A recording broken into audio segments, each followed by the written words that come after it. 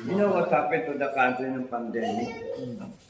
Oh. 2 taon. What if kunyari merong isa pang pandemic na tumama, 2, 3 sabay-sabay? Do you think we're ready for that?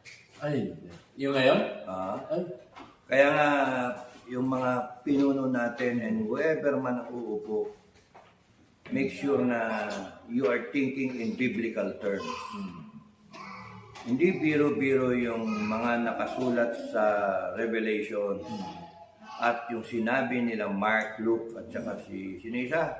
Matthew. Matthew, mga idol. Na sinabi mismo ni Kristo na yun nga, pagbalik niya, etc. When will be the sign of the times? Kaya nga, are we ready? The Philippines is not ready. Filipinos are not